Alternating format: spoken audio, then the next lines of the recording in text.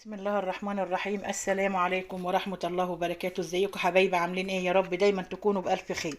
النهاردة عملت شوربة الخضار يا جماعة باللحمة، تحفة بمعنى زبدة حلوة قوي قوي قوي. عملت جنبها رز بشعرية جميل جدا جدا. ويلا بينا نشوف الجمال ده عملناه ازاي.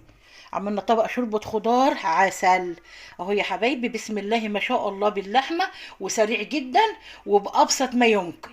هتعملي طبق خضار، طبق شوربة خضار بالشوربة اللي عندك او بلحمة اللي عندك او من غير لحمة، بأسهل ما يمكن. يلا بينا نشوف احنا عملنا الجمال ده ازاي. يلا يا حبايبي، اللي يعجبه الفيديو يحط له لايك واشتراك في القناة عشان يوصلوا كل جديد من اختكم ام حماد، ودايما اقدم لكم الحاجات الحلوة. يلا بينا نشوف احنا عملنا الجمال ده ازاي. يلا يا حبايبي، وبألف ألف ألف هنا. بسم الله الرحمن الرحيم. السلام عليكم ورحمة الله وبركاته. ازيكم حبايبي؟ عاملين ايه؟ يا رب دايما تكونوا بألف خير. النهاردة هعمل شوربة خضار يا حبايبي، وعندي لحمة مسلوقة جاهزة، وهعمل بس شوربة الخضار. شوربة الخضار بنحتاج لها ايه يا حبايبي؟ عشان انا عملتها كتير في القناة، بس الجماعة اللي اشتركوا عندي جديد على دماغي من فوق ونوروني، هعمل لهم حاجة جميل. شوربة الخضار يا جماعة بتستفاد ايه؟ بتحتاج ايه؟ الكوسة، الجزر، البطاطس، البسله، هنفرط البسله كمان. اللي عندك حطيه، بروكلي، فاصوليا خضراء، الموجود عندك هتحطيه فيها حطيه، مش هتقولك لا. يعني هنقشر كل الحاجات دي يا حبايبي، ونرجع لكم ونفرط البسله ونرجع لكم. هنعمل حبه شوربه خضار تحفه وعسل وجمال قوي، ويبقوا زي الزبده. تمام. يلا بينا نبدأ على بركة الله، ونصلي على الرسول صلى الله عليه وسلم، ونقول بسم الله الرحمن الرحيم. هنقشر الحاجات دهيت ونرجع لك، وقشر البصلة ونفرد حبة من البسل. تمام. هنعمل أحلى شوربة خضار تدفي في الشتاء بطريقة جميلة جدا وطريقة جديدة، تشبعي منها. جميلة جميلة جميل. حتى لما بيحبش الخضار من الولاد هياكلوها بالطريقة دي. حاجة فخمة جدا، حاجة فخمة جميلة خالص خالص. عارف اللي بيقولوا فخم من الآخر. حلو قوي قوي قوي. يلا بينا نبدأ ونقول بسم الله الرحمن الرحيم. هقشر خضاري وارجع لكم. اهو يا حبايبي، انا كده خرطت قشرت الخضار وخرطت الجزر والكوسه والبسله والبطاطس.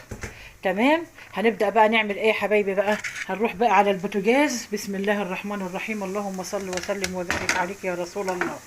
هنا خرطت بصل يا جماعه اهي، وحطيت عليها حته سمنه بلدي.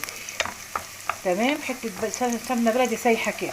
حط حبه زيت، حته سمنه، زي ما انت عايزه حط في الحله كده. وهنبدا بقى نشوف هنعمل ايه. طبعا انا بحمر البصله، مش تحمير، لا هدبلها بس. هعملها تدبل بس البصل، طلع السكر بتاعها بالطريقه الحلوه دي يا حبايبي. وهنا الخضار انا خرطته وغسلته. تمام. الخضار، كل الخضار، التشكيله الخضار اللي عندك حطيه. عايزه تحطي بسله، عايزه تحطي جزر، عايزه تحطي فاصوليا زي ما عايزه تحطي كوسه زي ما انا حاطه، بطاطس، بروكلي، اللي انت عايزاه من انواع الخضار. شوربه الخضار بيبقى حلو فيها بالطريقه الحلوه دي. وفي ناس يا جماعه بيحمروا شويه لسان العصفور ويحطوهم عليها، لا انا مش بحب كده خالص. انا بحب لسان العصفور يكون متحمر لوحده، معمول بالكبده، معمول باي حاجه تانية، لكن مش معمول مع الخضار. بحب الخضار صافي كده ومعمول في قلبه اللحمه، وناكله كده صافي كده بالطريقه الحلوه دي. طبعا البصل خلاص هتدبل اهي، انا مش عايزاها تحمر علشان ما تبقاش حمرا في قلب الخضار. اهي خلاص دبلت كده. هنبدا بقى نحط ايه؟ الخضار بتاعنا. بسم الله الرحمن الرحيم. اللهم صل وسلم وبارك عليك يا رسول الله. اللهم صل على سيدنا محمد وبارك لنا فيه. دايما اذكروا الله وصلوا على الرسول يا جماعه، علشان كل حاجه في ايدكم تبقى فيها بركه. اللهم صل وسلم وبارك عليك يا رسول الله. الطريقه الحلوه دي، كل الخضار كده هتاكلي احلى شوربه خضار في الدنيا كلها. الطريقه الحلوه دي كده. تمام. هنبدا نقلبه كده مع البصله بالطريقه الحلوه دي كده لحد ما ياخد طعم مع البصله. اهو يا حبايبي، انا عايزاه يدبل بس كده مع البصله شويه زي ما بتعمل البسله كده. عايزاه يدبل كده شويه مع البصل. اللهم صل وسلم وبارك عليك يا حبيب الله. طبعا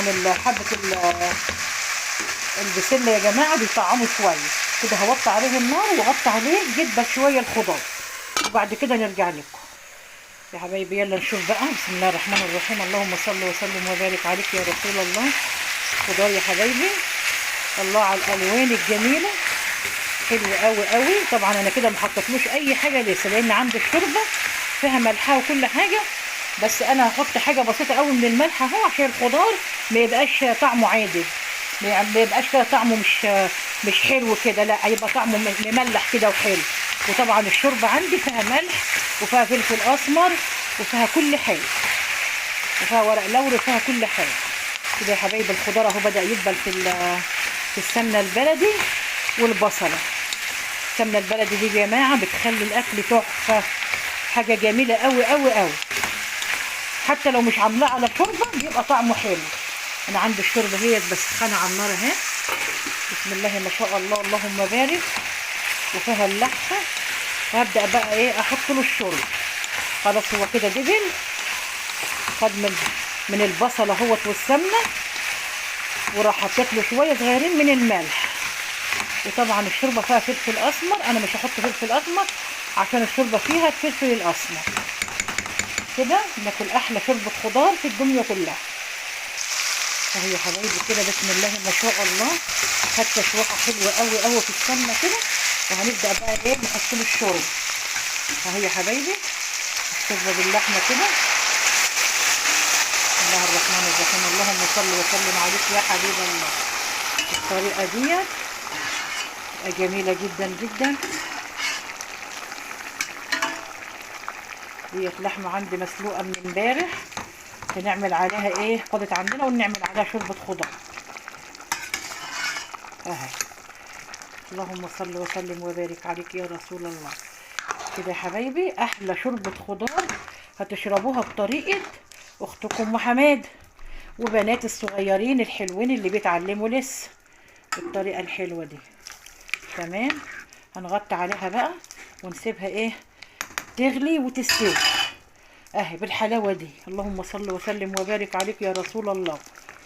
كده بالجمال ده هناكل احلى شوربه خضار في الدنيا كلها اهي يا حبايب. الشوربه بسم الله ما شاء الله اللهم بارك زي العسل. اللهم صل وسلم عليك يا رسول الله. كده تاكلي منها طبق بالمعلقه مع طبق رز بشعريه، عسل عسل عسل. وكلت الخضار كله من غير طبيخ ومن غير حاجه، من غير ما تحط طماطم خالص، بالشوربه بس. والشوربه فيها كل حاجه حلوه. شوربه حاطه فيها الفلفل الاسمر والملح والورق اللوري وحبهان، ومصفياها ومخليها زي الفل. حبايبي احلى طبق خضار هتاكليه من ايد اختكم ام حماد بطريقه حلوه هي وسهله، ما فيهاش افتكاسات خالص. في ثانيه بتكوني عملتيها. بقيت عندك شويه شوربه او مش عندك شوربه، ما تعطليش نفسك بمكعب مرق الدجاج، وهتعملي وتحطي مكعب المرق وتزودي ميه هتبقى زي العسل برضه. هي حبايبي تحفه بمعنى كلمه تحفه. وكل الخضار اللي انت عايزاه حطيه، وبالف هنا يا حبايبي، بالف الف هنا. كده هنغطيها بس 5 دقايق، مش عايزاها تستوي قوي. 5 دقايق يبقى الخضار كده ايه بيجرش وحلو كده جميل. هنغطيها كده 5 دقايق ونطفي عليها. يلا نشوف شوربة الخضار يا حبايبي. بسم الله الرحمن الرحيم. اللهم صل وسلم وبارك عليك يا رسول الله. بص يا حبايبي جميلة جدا ازاي. اللهم صل على النبي. شفت استوت خلاص. اللهم صل على النبي اللهم بارك. خلاص استوت كده. والخضار لونه اخضر زي ما هو ازاي، ما تغيرش لونه، علشان بتعمل بالطريقه بسرعه بسرعه، ما بتديش فرصه، وبتزودي الشوربه غاليه. ما بيسودش ولا حاجه الخضار اهو زي العسل اهوت. بسم الله ما شاء الله. وفيه اللحمه اهو. ليه تاكل احلى شويه خضار بحتتين لحمه فيه كده، وجنبهم الرز بشعريه احلى اكله. طبعا جنبه مخلل، جنبه شويه سلطه خضراء زي ما انت عايزه اعمله. بس كده هو استوى اهوت الخضار، واستوى وهو اخضر زي ما هو. البسله خضراء ما تغيرش لونها اهو، والكوسه زي ما هي خضراء اهو يا حبايبي. طبعا قدامكم الكاميرا مبينه لكم كل حاجه والله، والنور والاضاءه ظالمه كمان الحاجه جميله جدا جدا عن كده. وبالف هنا يا حبايبي. كده هطفي عليها بقى ونغرف اهو يا حبايبي. انا كده خلصت شوربه الخضار بالطريقه الحلوه دي يا حبايبي. طبعا النور ضعيف جدا والكاميرا ما الخضار مظلوم مع الكاميرا خالص، هو لونه احلى من كده بكتير. شوربه الخضار يا جماعه باللحمه حلوه قوي قوي قوي، تاكل طبق منها ما يتعب ولا اي حاجه. وعملت جنبها رز بشعريه. طبعا الرز عاملاه معاكم كتير بشعريه معروف، لكن النهارده شوربه الخضار بطل الفيديو النهارده. فيديو جميل جدا جدا، اتفرجي عليه. عندك شويه خضار فايضين، كوستين على بطاطسايه على جزرايه على حبه بسله، هتعملي احلى طبق شوربه خضار. عندك لحمه ما عندكيش لحمه هيمشي الحال. بالطريقه الحلوه دي يا حبايبي، بسم الله ما شاء الله، زي العسل. اللهم صل وسلم عليك يا حبيب الله. والطريقه الحلوه دي. وعملنا رز بشعريه جنبه طبعا مخلي، انا عامله مخلي اللفت جنبه حلو قوي زي الشربات اهو، وحلو قوي. وجنبه طبق سلطه خضراء حلو جدا جدا الغدا بالطريقه الحلوه دي. شايفين يا جماعه الجمال؟ يلا حبايبي جربوه، هتعملوا احلى طبق شوربه خضار بالطريقه الحلوه دي. والخضار اخضر زي ما هو كانه ما انطبخش، وجميل ومستوي وزي الفل. وبألف هنا يا حبايبي. اللي يعجبه الفيديو يحط له لايك واشترك في القناه عشان يوصلوا كل جديد من اختكم محماه. ودايما اقدم لكم السهل والسريع اللي يسعفكم. وبألف هنا يا حبايبي، دايما اقدم لكم الجاهز ان شاء الله وباذن الله. وبألف هنا يا حبايبي، اشوفكم ان شاء الله في فيديو جديد بمشيئة الرحمن. مع الف سلام.